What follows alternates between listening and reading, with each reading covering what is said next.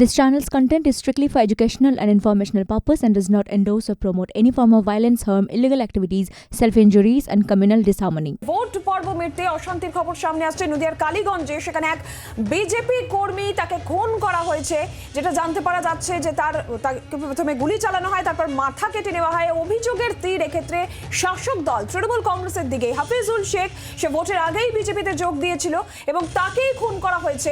তৃণমূল কংগ্রেস এই ঘটনার সঙ্গে জড়িত এই অভিযোগ বিজেপির তরফ থেকে করা হচ্ছে, যদিও শাসক দল তৃণমূল কংগ্রেস এই অভিযোগ অস্বীকার করছে। অনুপ দাস আমাদের প্রতিনিধি রয়েছেন আমাদের সঙ্গে টেলিফোন লাইনে। অনুপ, এই মুহূর্তে কি আপডেট পাচ্ছ এই ঘটনা এবং স্থানীয় বিজেপি এবং তৃণমূল নেতৃত্ব তারাই বা কি বলছে? দেখো, এই মুহূর্তে আমি ঘটনাস্থলে এই মুহূর্তে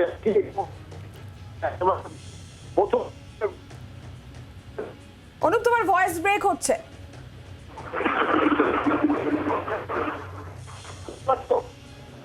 হ্যাঁ অনুপ, বলো।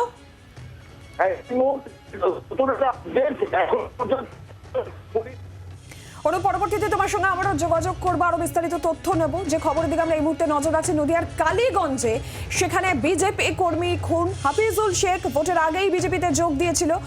অভিযোগের তীর তৃণমূল কংগ্রেসের দিকে। হাফিজুলকে প্রথমে গুলি করা হয়, তারপরে মাথা কেটে খুন। কয়েকজন দুষ্কৃতী মিলে তাকে প্রথমে গুলি করে, যে অভিযোগ উঠছে নদিয়ার কালীগঞ্জের চাঁদপুর গ্রাম, সেখানের এই ঘটনা। হাফিজুলের খুনের ঘটনায় অভিযোগের তীর শাসক দলের দিকে, যদিও তৃণমূল কংগ্রেস বিজেপির এই অভিযোগ অস্বীকার করছে।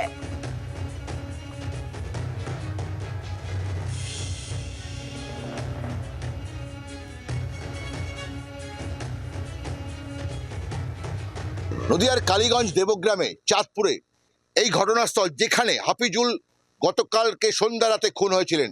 এই যে পাশের দোকান, এই দোকানে কিন্তু সে ক্যারাম খেলছিল এবং হঠাৎই প্রায় 10 থেকে 12 জন দুষ্কৃতী এসে হামলা চালায় এবং সে হামলা চালিয়ে ঘটনাস্থলেই তাকে গুলি করা হয় এবং অভিযোগ পরিবারের তার মাথাটা কেটে নিয়ে চলে যাওয়ার অভিযোগ আছে।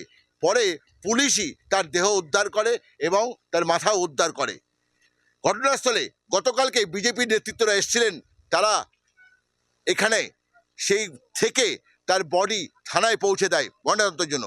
তারা দাবি করে দোষীদেরকে অবিলম্বে গ্রেপ্তার করতে হবে। এই মুহূর্তে সেন্ট্রাল ফোর্স রয়েছে, প্রচুর এখানে বিজেপির সমর্থকরা, সাধারণ মানুষরা রয়েছে। তাদের এই জায়গাটা যেন কড়া নিরাপত্তায় থাকে, কোনো যেন উচ্ছৃঙ্খল কোনো ঘটনা না ঘটে, সেই দিকেই কড়া ব্যবস্থা কিন্তু রেখেছে রাজ্য পুলিশ রয়েছে। পাশাপাশি এখানে কিন্তু সেন্ট্রাল ফোর্স রয়েছে এবং সেন্ট্রাল ফোর্স এখানে গতকাল রাত থেকেই মোতায়েন করা রয়েছে। এখানে যেখানে ঘটনা, এই NH 34-এর পাশেই এই সেই দোকান, যে দোকানে হাফিজুল কিন্তু এখানে বসেছিল এবং পাশেই কিন্তু সে ক্যারাম খেলছিল। সেই কারণেই তৃণমূল সমর্থকরাই বিজেপিকে খুন করেছে বলে বিজেপি নেতৃত্ব দাবি করছে। নদিয়া থেকে ক্যামেরায় রাজেশের সাথে অনুপ কুমার দাস, জি24 ঘন্টা।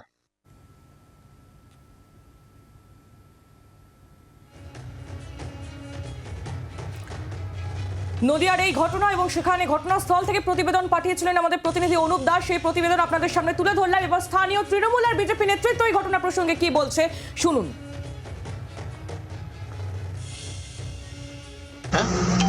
ঘটনাটা বলতে, আমার ভাই এখানে ক্যারাম বোর্ড খেলছিল। ক্যারাম বোর্ড খেলার সময় এই গ্রামেরই এক তৃণমূলের এক বড় গোষ্ঠী, মানে তারা হচ্ছে ক্রিমিনাল, তারা অ্যান্টি সোশ্যাল, তারা এসে আমার ভাইকে এখানে পরপর দুটো গুলি করে। গুলি করার পরে আমার ভাইয়ের মাথাটা কেটে নিয়ে চলে যায়, একদম দিবালোকে, এখানে প্রচুর মানুষের জনসম্মুখে কেটে নিয়ে চলে যায়।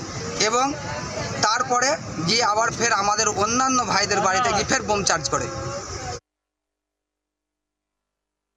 আমাদের কিছুদিন আগে শুভেন্দুদার হাত ধরে এই বগার নেতৃত্বে জয়নুদ্দিন মোল্লা বগা, আমাদের ভাইয়ের মতন, তার নেতৃত্বে এই এলাকা থেকে বেশ কিছু সংখ্যালঘু ভাইরা আমাদের বিজেপিতে জয়েন করছিল। আর তার নেতৃত্বে এলাকায় এই এলাকায় আস্তে আস্তে বিজেপির সংগঠন বাড়ছে এবং এই যে লোকসভা নির্বাচনে এই এলাকায় একটা ভালো ভোট এরা করছে। যেহেতু তারা আজকে টিএমসি যে গুন্ডা বাহিনী, টিএমসির নেতৃত্ব আর টিএমসির দলদাস, আজকে পুলিশ প্রশাসন, তারা বুঝে গেছে যে আজকে টিএমসি এই কৃষ্ণনগর লোকসভায় হেরে যাচ্ছে। আর তার জন্যে যারা যারা এইরকম সংখ্যালঘু ভাইরা বিজেপিতে জয়েন করছে, তাদের ওপর এইরকম একটা প্রতিশোধমূলক যে একটা বার্তা ইতিমধ্যেই তাদের কাছে পৌঁছে দিয়েছিল এবং আর তার প্রতিফলন হিসাবে আজকে তার মার্ডার হতে হলো। হাফিজুল তো বিজেপি 2-1 মাস আগে জয়েন করেছিল, সেটা আমি জানতাম, কিন্তু তার যে এই পরিণতি হবে সেটা তো কেউ ভাবেনি। আর সে যে জয়েন করেছেন সেও নিশ্চয়ই একটা মানে উত্তক্ত হয়ে গিয়েই করেছে। তো সেখানে আমার কিছু বলার নেই, এগুলো সন্ত্রাস করা হচ্ছে, যেরকম অর্জুনদা বললেন বা আমারও সেটাই মনে হয়েছে, লোককে ভয় দেখানোর জন্যে, এবং ধর থেকে মুন্ডু আলাদা করে মুন্ডু নিয়ে চলে যাওয়া হয়েছে। এটা কিরম, আমরা কোন যুগে বাস করি? নৃশংসভাবে খুন হয়েছে।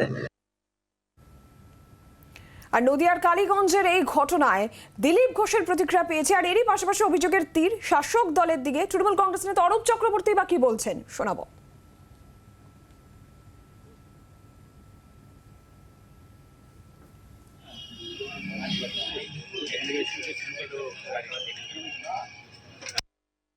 তো অভিযোগ ইত্যাদি তো চলতে থাকে, কিন্তু কালকে টিএমসি যেভাবে হিংসকভাবে ভোট আটকাবার লুট করার চেষ্টা করেছে, একটা ভোটও আটকাতে পারেনি, একটাও ফলস ভোট দিতে পারেনি। কিন্তু ওদের যে হতাশা সেটা কালকে তাদের ব্যবহারে ফুটে উঠেছে। কারণ উপর থেকে হারতে হারতে এসেছিলো, ভেবেছিল কলকাতা আশপাশটা বাঁচাবে, এটাও সম্ভব নয়। মানুষ যেভাবে গিয়ে পিসফুলি ভোট দিয়েছেন এটা জানে ওরা ওদের এগেনস্টে যাচ্ছে, সেখানে শেষ যে গড় আছে কলকাতা আশপাশ সেটা ওদের হাত থেকে চলে যাবে। নদিয়ার ভোট তো হয়ে গেছে, সারা দেশের ভোট হয়ে গেছে। ভোট হয়ে যাওয়ার পর আর হেরে যাওয়ার আশঙ্কা থাকে না কারোর মধ্যে। ভোটের ফলাফল মানুষ দিয়ে দিয়েছে রায়, তাই এখানে কোনো রাজনৈতিক আক্রমণ করে কারোর রায় বদলায় না। এটা খুব বাস্তব এবং সহজ জিনিস। যেটুকু আমরা জানতে পেরেছি যে পারিবারিক কোনো গন্ডগোল ছিল, সেটার জন্য হয়েছে কিনা পুলিশ নিশ্চয়ই তদন্ত করে দেখবে। কিন্তু নির্বাচনের কারণে যদি খুন হতো তাহলে সেটা নির্বাচনের পরে সেই খুনটা হয় না, কারণ ভোটের রায় ইতিমধ্যেই মানুষ দিয়ে দিয়েছেন, ম্যান্ডেট ইজ অলরেডি ডিফাইন্ড। এখন শুধুমাত্র ব্যালট বাক্স খোলার অপেক্ষা।